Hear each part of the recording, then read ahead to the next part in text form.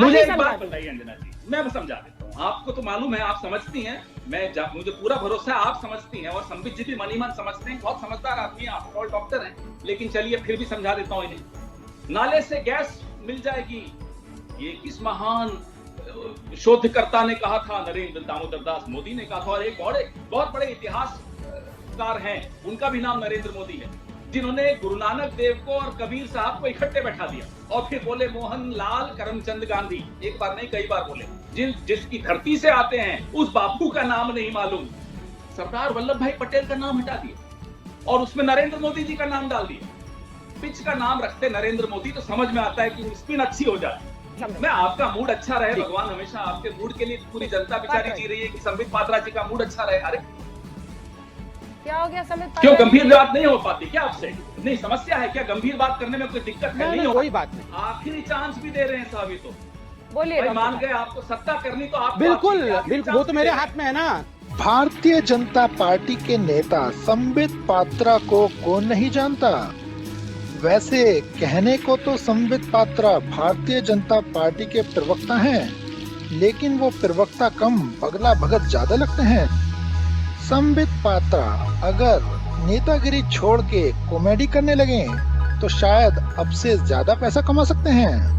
संबित पात्रा गिरगिट की तरह अपना रंग और व्यवहार बदलते हैं। कभी तो वो खुद को डॉक्टर कहते हैं, कभी गाना गाने लगते हैं, तो कभी नौटंकी करने लगते हैं। तो कुछ दिन पहले मोदी की चापलूसी और चाटुकारिता करके ओएनजीसी के डायरेक्टर बन गए।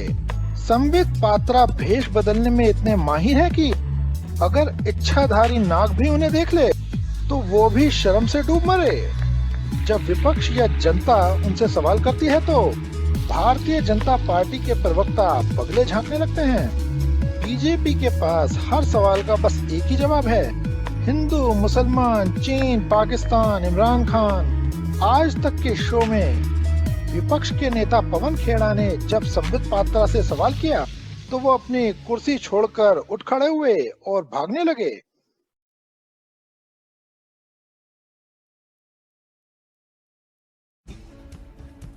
मैं बताता हूँ आपको, दक्षिण का सूचकांक देखिए आप। पवन जी, आपकी इजाजत से एक सेकंड सर।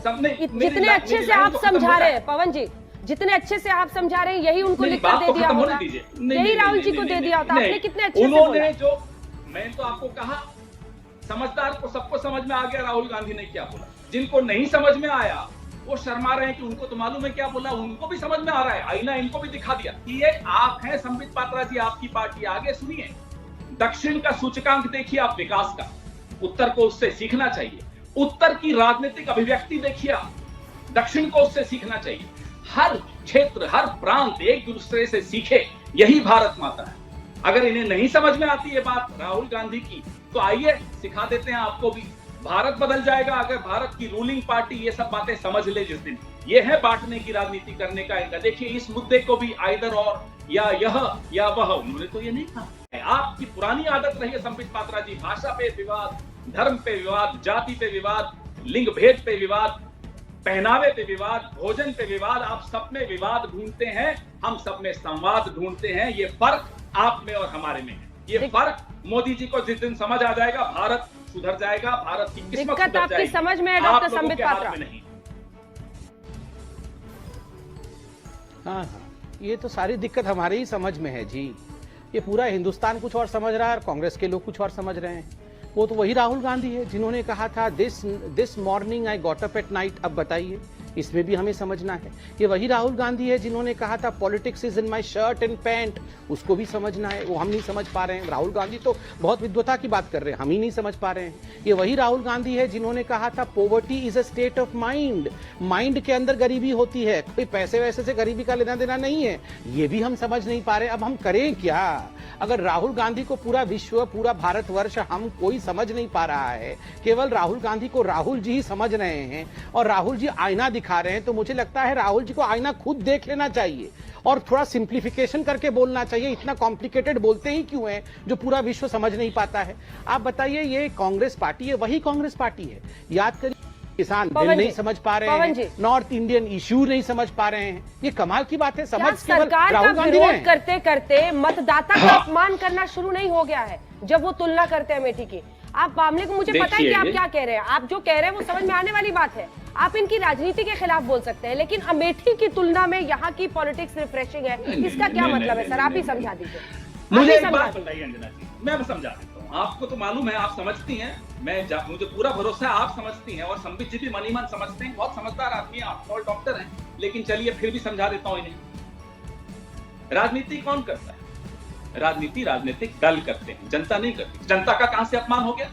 अरे कितनी बार छुपोगे संबित जी? आप हमारे बारे में बहुत बोल चुके हैं अभी पिछले 5 मिनट।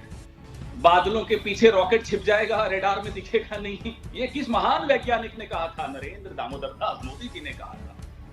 नाले से गैस मिल जाएगी, ये किस महान शोधकर्ता ने कहा था? नरेंद्र दामोदर दास मोदी ने कहा था। और एक बहुत बड़े इतिहासकार हैं, उनका भी नाम नरेंद्र मोदी है, जिन्होंने गुरु नानक देव को और कबीर साहब को इकट्ठे बैठा दिया और फिर बोले मोहन लाल करमचंद गांधी। एक बार नहीं, कई बार बोले। जिसकी धरती से आते हैं उस बापू का नाम नहीं मालूम, और तक्षशिला को बिहार में ले आए थे। चलिए छोड़िए, बड़े लोग ऐसा गलती कर जाते हैं।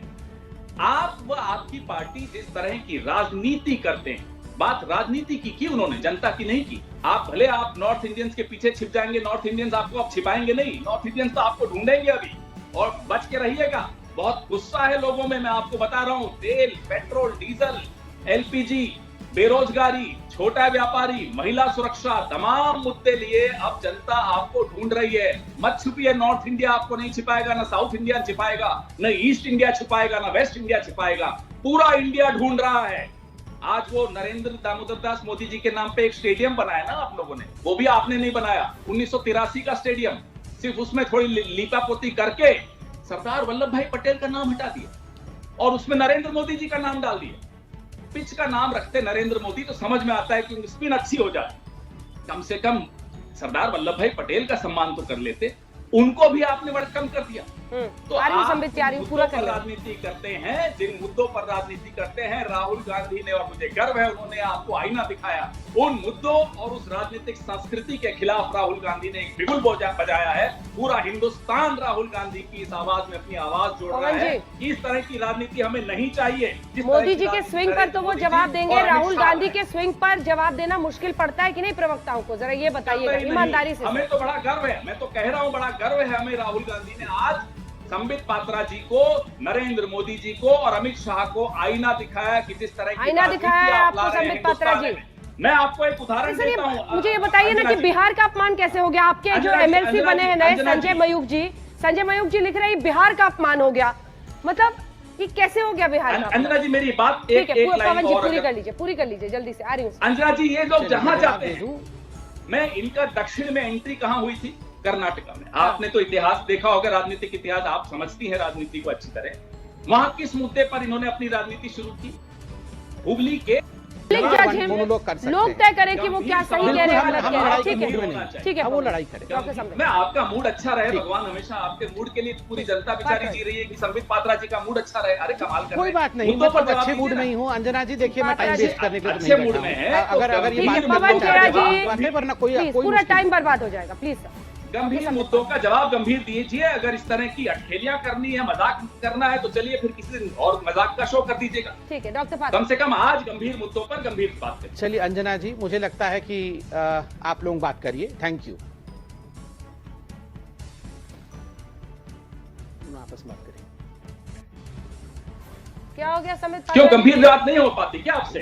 नहीं, समस्या है क्या? गंभीर बात करने में कोई दिक्कत है? नहीं हो कोई बात नहीं अंजना जी, देखिए ये हम तो आप बोलिए अपनी बारी। कई बार होता है दोनों तरफ से टोका टोकी होती है, उनको मैंने बोल दिया चुप रहे, वो चुप हो गए। मैं कोई टोका टाकी नहीं कर रहा, टोकना नहीं चाहता, मैं टोकना नहीं चाहता हूँ। मैं अपने समय में बोलूंगा। और पवन खेड़ा जी प्लीज अपनी बारी में बोलते हैं, अपनी बारी में बोलिए। उनको अपना पक्ष कह दीजिए, जनता को जज करने दीजिए ना। आप क्यों कह रहे हैं कि वो मजाक कर रहे हैं? आप अपने हिस्से में बोलिए, आप अपने हिस्से में बोलिए। डॉक्टर संबित पात्रा, मैंने एक निवेदन किया कि गंभीर चर्चा कीजिए। हाँ ठीक है, आपका निवेदन हो गया सर। अब सुई बार घूम रही है, हो गया। ठीक है पवन जी, अगर डिबेट कराना है तो कराइए, नहीं तो कोई बात नहीं। आखिरी चांस भी दे रहे हैं साहब, तो बोलिए भाई डॉक्टर मान साहब। गए आपको सत्ता करनी तो आप बिल्कुल बिल्कुल, वो तो मेरे हाथ में है ना कि डिबेट करना या नहीं करना।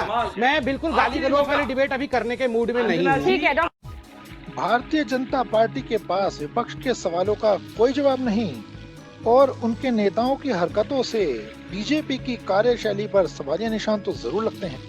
दोस्तों, बीजेपी की कार्यशैली पर आप लोगों का क्या सोचना है, हमें कमेंट करके जरूर बताएं। और अगर आपको हमारी वीडियो अच्छी लगी हो तो इसे लाइक और शेयर जरूर करें। और आप सभी से अनुरोध है कि चैनल को सब्सक्राइब जरूर करें और नई वीडियो पाने के लिए बेल आइकन को जरूर दबाएं। जय हिंद, जय भारत।